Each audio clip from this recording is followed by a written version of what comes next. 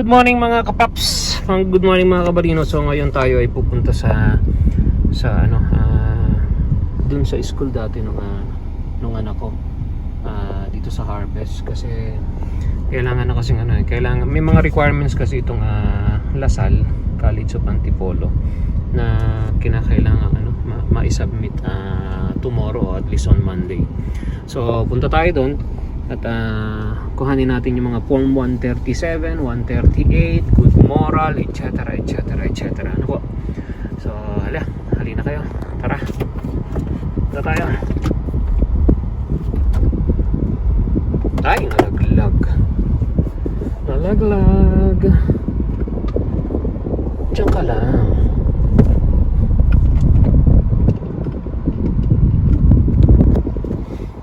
Atras lang ako, mga toto. May maatrasan tayo. Next week kasi is enrollment na nung aking bata. Ito yung bahay ng ng Carnaper, wala na sila. Ayan, ginigiba na yung bahay. Update sa bahay ng Carnaper dito sa katabi namin. Ayan, ginigiba na.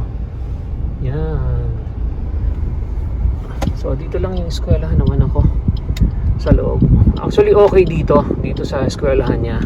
Kaya lang para bang parang it's about time na lumabas siya ng subdivision.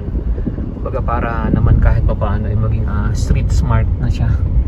Alam mo yun, iba kasi ang kalakaran sa labas iba pa rin yun kapag medyo may pagka street smart ka, 'di ba? So kapag nandito lang siya, pwedeng lakarin, pwedeng ihatid ko, pwedeng by that time kaya na niyang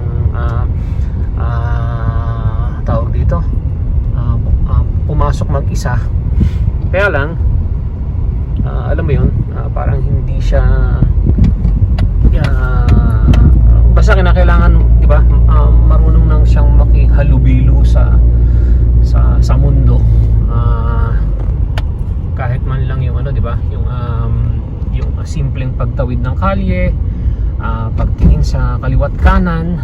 Ayun, dito kasi yan, walang sasakyan, walang so kinakailangan niyang mabuhay sa totoong mundo, di ba? So okay yung eskwelahan, maganda ang turo, etc. Kaya lang parang it's about time na makita niya yung totoong mundo, which is sa labas ito. So nag-decide kami na i-transfer na doon. Actually dito naman nag-aral yung anak ko yung anak kong panganay, dito rin siya graduate ng high school sa Lasal Antipolo. So yun, lipat na natin, nag-decide na kami na ilipat na lang siya sa labas para matuto siya ng totoong buhay, totoong estudyante, maranasan niya. Ito na yung Harvest International School. Imagine, di ba? Parang 2 minutes drive lang ata pamula sa amin. So ito, actually malaki tong eskwelahan natin, and then less than 30 years na ata ito. So katabi lang ng aming subdivision. Ayan at saka ang kagandahan din nito is kumbaga non-partisan kasi ito. So regardless kung Muslim ka, kung Jehovah ka, kung ano man. So ayan, ang may-ari is Koreano. Imagine mo, Koreano, laki ng eskwelahan niya. So punta tayo dito. Ayan, may mga mga ginagawa. Meron pa yan sa likod nito at meron pang mas malaki doon. Kaya lang hindi naman tayo doon pupunta. Dito lang tayo pupunta sa may office nila. Kasi nga kukuhanin natin yung mga requirements ng Lasal. So okay, dito lang muna tayo sa office.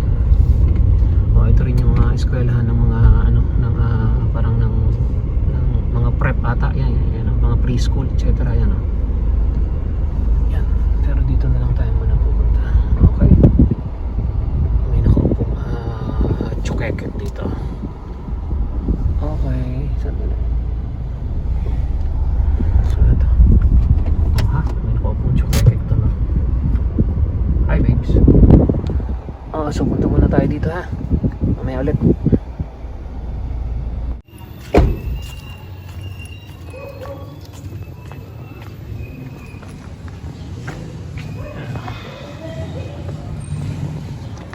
Kaya tayo sa taas.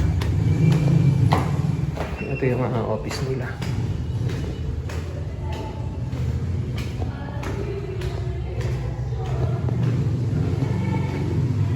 Push. Sabi push. No face mask, no entry. Hello po. Knock knock po. Ay. Okay, okay. Sige po, para kung may kulang man, edi mababalik ko po ulit. Ano po? Thank you po.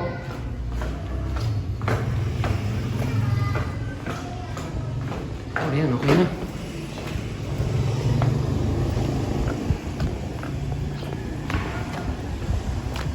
So, okay na.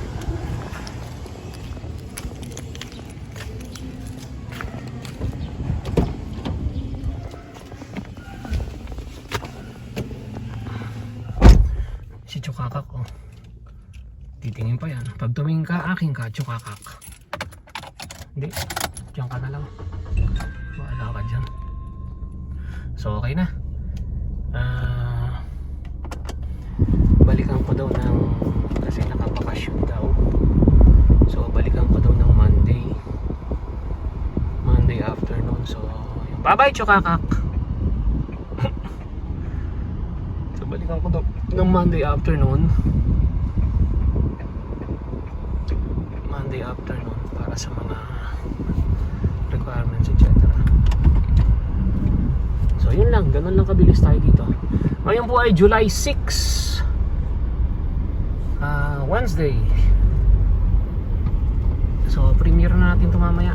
Wala akong premiere eh, diba? Ay, sa mga ano po ha, sa mga mag-i-enroll, enrollment na po talaga. Kasi ang pasukan dito sa Lasal is August ata, second week ata ng August. So, yan, ito yung eskwela niya. Harvest Christian College International, Dakoykoy. So, ayan. Actually, mahusay yung eskwelahan. Fair din lang naman yung ano niya, yung kanyang tuition. Sinabi ko nga dun sa kausap ko kanina na gusto namin talaga dapat dito, kaya lang dapat na rin para din sa ikauunlad ng bata, eh kinakailangan din namin siyang ilabas talaga. So ayan, actually gusto ko mag-stay muna sandali, mag-shoot muna ako. Diba, papark lang ako sandali dito. Nandito na ulit ako sa highball namin.